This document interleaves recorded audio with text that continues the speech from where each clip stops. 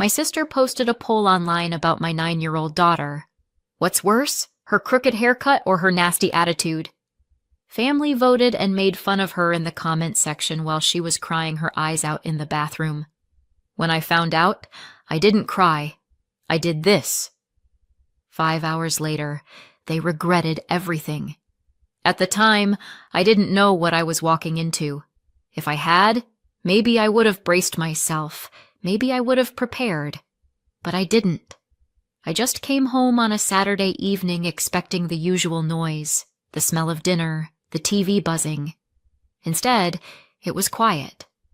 Too quiet. My husband, Mark, was waiting in the hallway. He looked like he'd been standing there for a while. "She's been in her room for 2 hours," he said. "She won't talk." "I think she's been crying." For a second, I thought he meant something small. Maybe she fought with a friend. Maybe she broke a toy. Maybe it was just one of those kid meltdowns. I dropped my bag and went upstairs. I knocked on her door. "Sweetheart." "It's me." Silence. I tried again. "Can I come in?" Nothing. So I opened the door gently. She was on her bed, curled up, her face blotchy, clutching her phone like it was the only thing she had left. "June." My voice was soft. "What's wrong?" She shook her head. "Nothing." It wasn't nothing. Anyone could see that. I sat beside her and waited. Sometimes silence works better than questions. Eventually, she shoved the phone at me and turned her face into the pillow. "Don't be mad," she whispered. On the screen was a screenshot. At first it didn't register, just words and numbers, a picture of her. Then I saw it. A poll. What's worse, her crooked haircut or her spoiled attitude? 19 votes. I scrolled, and the names blurred into knives. My mother, Margaret. "In my day, girls didn't make such a fuss. A haircut was just a haircut." My sister, Courtney. "Definitely her attitude. Always spoiled. Now she looks the part." My nephew, Ethan, 11. "She actually thought it was fashion." Can you believe that? My niece, Bella, 9. June's age, her rival in everything. She was smiling like a model yesterday. So embarrassing. And then more. Short, cutting comments. Snickering. Laughter spelled out like daggers. I blinked at the screen. For a moment I thought maybe I misunderstood. Maybe it was some kind of bad joke I wasn't getting. But no. It was all there in plain words. My family. Mocking my child. Voting on her humiliation like it was a game. Beside me, June's voice cracked. She didn't look at me when she spoke. Her face was buried in the pillow, and her words came out muffled, jagged, like each one hurt to say. "They told me I looked pretty," she whispered. "They said it was fashion." "They smiled at me, Mommy. They clapped. And then—" Her voice broke. She sucked in a shaky breath. Why would they say that if they thought it was ugly? I felt it like a punch I couldn't block. The betrayal, the confusion, the way her trust had been turned into a weapon. My own chest ached with it, like she'd spoken the words straight into my ribs. She wasn't just crying because of the haircut. She was crying because the people she trusted had lied to her face, then laughed behind her back. I couldn't answer her. Not yet. I just pulled her against me and held her, while her small body trembled with every breath. I put the phone down. My hands were steady, but inside, everything was turning over. I looked at her, my baby, hiding her face, ashamed of nothing but trusting the wrong people. "Listen to me," I said, and my voice didn't shake.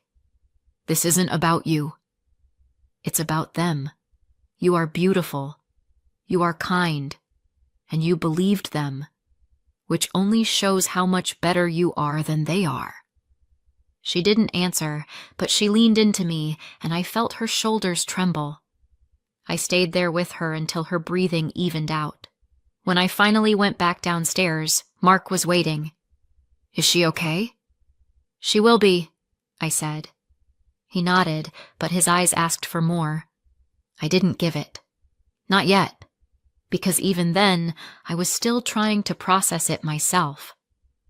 Later that night, after she'd fallen asleep, I sat at the kitchen table with my phone in front of me. I scrolled until the words blurred, every comment carving deeper. This wasn't just a joke. It was betrayal. And they don't know it yet. But what they did tonight will cost them everything. Finally, I set the phone down, pulled my laptop closer, and opened it. If they thought I was going to cry myself to sleep, they didn't know me at all. When I saw that poll Saturday night, part of me wanted to say I was shocked. But if I'm honest with you, I wasn't. Not really. It felt less like a lightning strike and more like déjà vu. Because this wasn't new.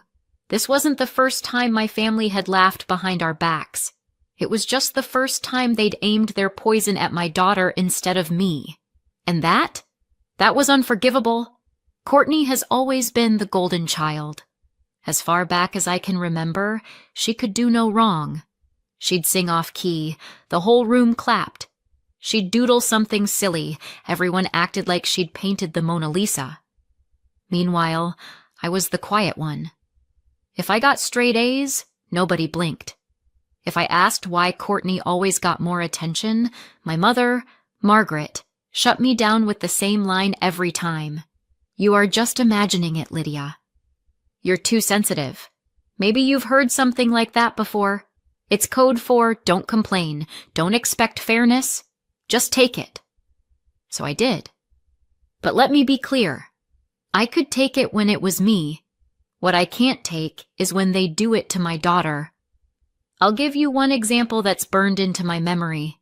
I was 13. I'd worked for months babysitting, mowing lawns, scrubbing dishes just to buy my first real dress for the school dance. Courtney came into my room and offered to help. She pinned the hem, tugged the straps, told me I looked amazing. And I believed her. That night I walked into the dance thinking maybe, just maybe, I'd get to shine. Then I heard her laughing in the girls' bathroom. "Can you believe she actually wore it?" She thinks she looks glamorous. It looks like a curtain. Her friends howled with her. I can still hear it now. When I told my parents later, desperate for someone to take my side, they dismissed me. Courtney was only trying to help. Don't be ungrateful, not humiliated, not betrayed. Ungrateful. I didn't forgive her. Not then. At 13, you don't forgive. You just bleed. It was only much later, as an adult, that I told myself maybe she'd been immature. Maybe she'd grow out of it. Spoiler, she didn't. Now, fast forward. Courtney and I both have daughters, same age, same school, same events. And wouldn't you know it? The rivalry didn't end with us. It passed down like a family curse. Last year's spring fair proved it. Normally, Bella, Courtney's daughter, gets all the attention. Perfect hair, perfect outfit, loudest cheers.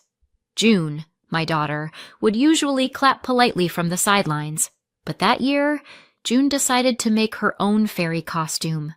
Glue, glitter, fabric everywhere. A 9-year-old's masterpiece. And she won. Prettiest costume. A ribbon pinned right on her chest.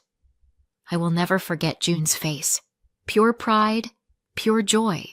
That's the kind of glow every mother lives for. But I will also never forget the way the family reacted. My mother clapped like she was applauding the weather forecast. Courtney smiled so tight it looked painful. Bella sulked. I could see it in their eyes, resentment simmering. And maybe you're thinking, why didn't you call it out, Lydia? Why didn't you defend June right then? The truth is, I thought maybe I imagined it. I wanted to believe I imagined it. Because to June's face, they smiled. They told her good job. And I wanted so badly to let her enjoy her win without me dragging my old suspicions into it. So I smiled with her. I let her glow. because she deserved that moment, and I wasn't going to let them steal it, not in front of her. But inside, I knew. That was the day Courtney decided June wasn't just my daughter anymore. She was competition. And here's the part that stings the most. I was the one holding everything together. I work in IT. I make good money, enough to cover my own bills, and theirs. Yes, I helped my parents with their mortgage, their utilities, their groceries. Yes, I helped Courtney open her salon. I fronted her the lease deposit, bought her equipment, even slipped her money in slow months so she wouldn't lose it. Maybe you're wondering, why, Lydia? Why would you keep helping people who treated you that way? Because I thought that was what a good daughter did. Because I thought maybe if I gave enough, supported enough, they'd finally see me as part of the family, not the outsider. And most of all, because June deserved grandparents. She deserved cousins.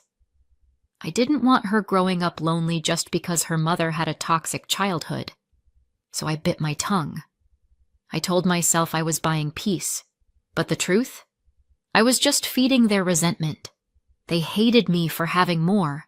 They hated me for being able to provide when they couldn't. And they hated June even more for shining when Bella didn't. Friday afternoon, Courtney called. "Bring June over," she said. "I'll do her hair for the school event Monday. I'll style both girls. They'll look amazing. And here's where I know some of you will be shaking your heads. Why did you say yes, Lydia? Why would you trust her?" Because June was begging me. Because she wanted so badly to believe her aunt would make her beautiful. Because Courtney was a professional stylist. This was her actual job. And because sometimes, against all better judgment, you want to believe family won't be cruel to a child. So I said yes. I regret it. But that's why I did it. When I picked June up that evening, her bangs were jagged, her layers uneven. But she was glowing. They clapped, they praised, they told her it was fashion. And I smiled with her. Because what was I supposed to do? Break her heart in the car on the way home? Tell her she looked ridiculous when she was grinning ear to ear? Number. I let her have her moment. Because she deserved to feel beautiful, even if I had doubts gnawing at me. And maybe that makes me weak. But I'd rather be weak for one night than crush my daughter in that moment. But Saturday night, when I saw that poll, that was when it hit me. The haircut wasn't fashion. The praise wasn't real. The poll wasn't a joke. It was deliberate. Calculated. The same old trick Courtney pulled on me at 13. Only this time, she aimed it at my child. And this time, I wasn't going to let it slide. The first thing I did was simple. Brutal, but simple. I opened my banking app and canceled every transfer. No more rent top-ups for Courtney. No more help with salon bills.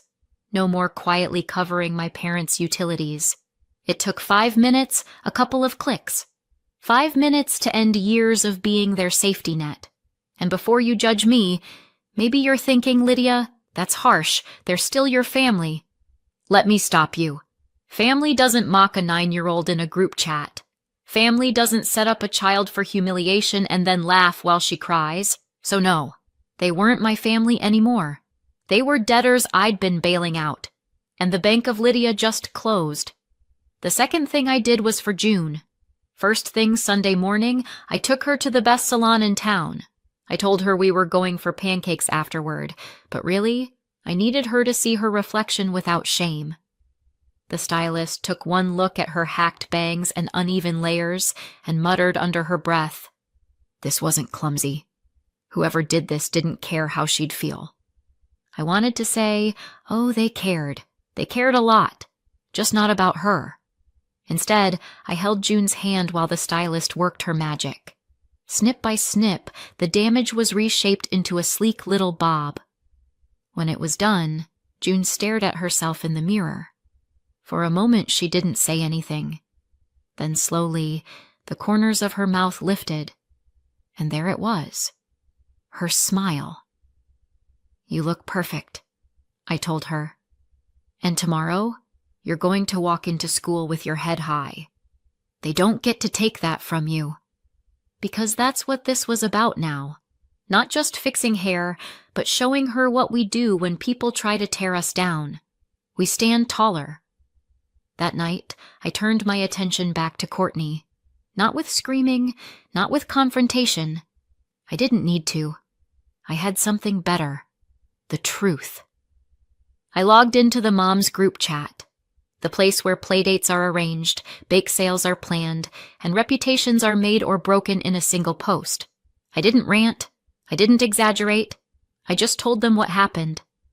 This, I wrote, attaching a photo of June's haircut before we fixed it, was done by a professional stylist. To her own niece. Then she praised her to her face and mocked her in a family chat. If she can do this to her own family, imagine what she'd do to your kids. Hit send. Close the laptop. For a moment, I thought maybe nothing would happen, that people would scroll past, or worse, tell me I was overreacting. But then the replies started. That's awful. Never booking her again. Parents need to know about this. And just like that, the boycott began. By Monday, the ripple was already spreading.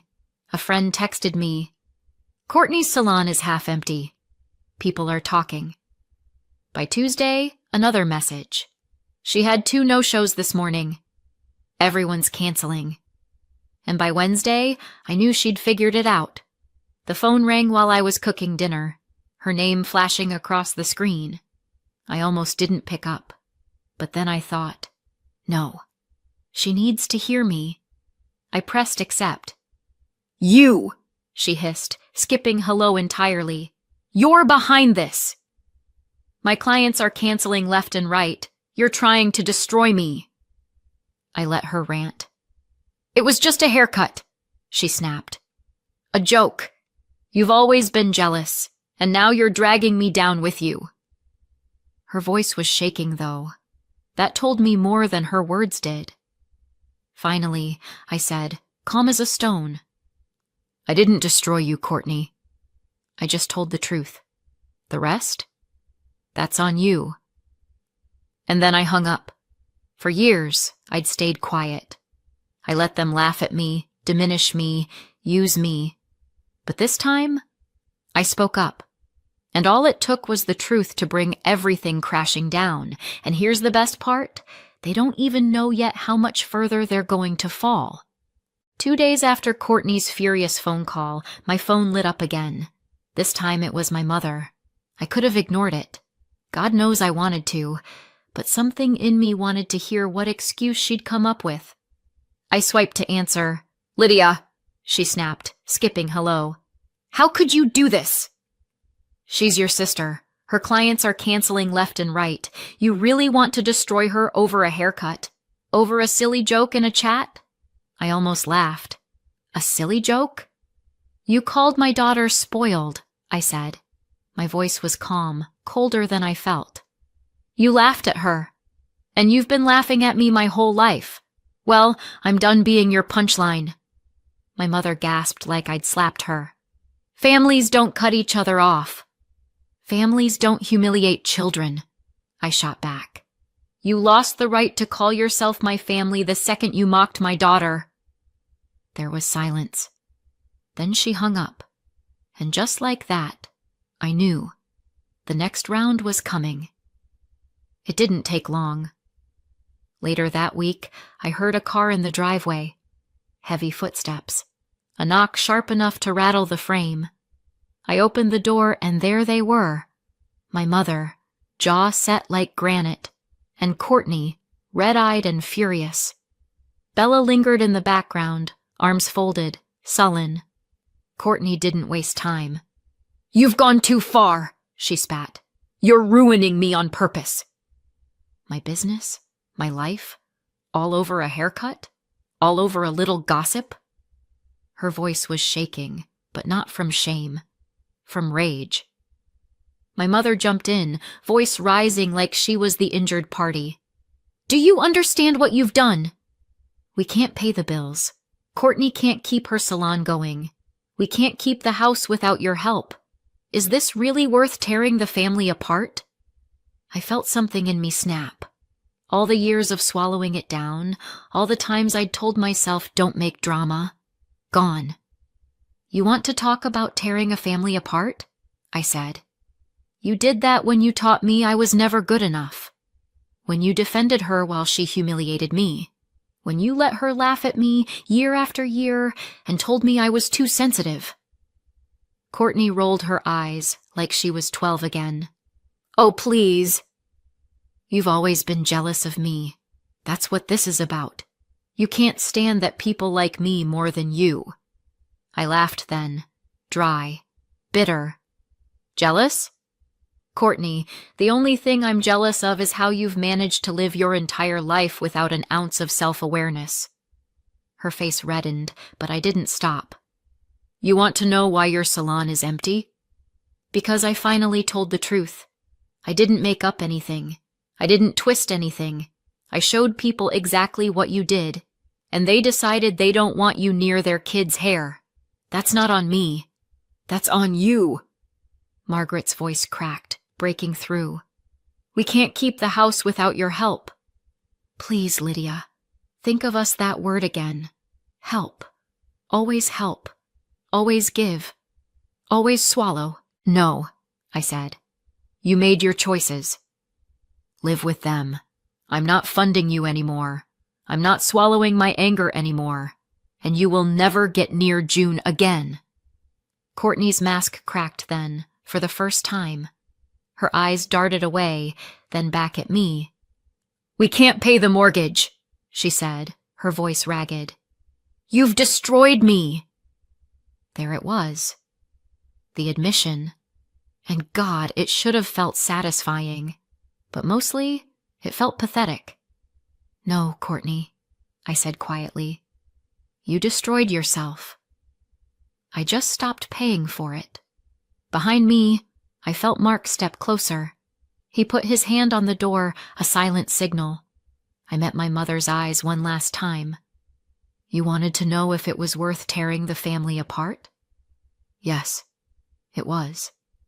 Because June is worth more than every one of you combined. And with that, Mark closed the door. The knock came again, hard, frantic. But I didn't answer. For the first time in my life, I didn't owe them anything. And they knew it. Months later, they were gone. Courtney's salon didn't just slow down, it collapsed. Empty chairs, canceled appointments, whispers spreading through every parent group in town. With no clients and no money from me, she couldn't keep it open. And Margaret? She couldn't cover the house, couldn't keep the lights on. Without my help, everything they leaned on me for buckled. They packed up, bitter and broke, and left town. No goodbye, no apology, just silence. June, though? She shone. Her hair grew back, soft and even. The butchered bangs were gone, the jagged edges forgotten, and with them, the shame disappeared. She laughed again. She walked into school with her head high. She stood on stage without flinching. One night, after a performance, she squeezed my hand and whispered, Mom, I know now. You'll always stand up for me that moment. Worth everything. So here we are. Some people say I went too far, that cutting my family off, exposing my sister, shutting down the money, it was too harsh, that it was just a haircut. Others say I should have done it much earlier. What do you think? Did I go too far, or was I right to finally draw the line? Let me know in the comments below and subscribe for more.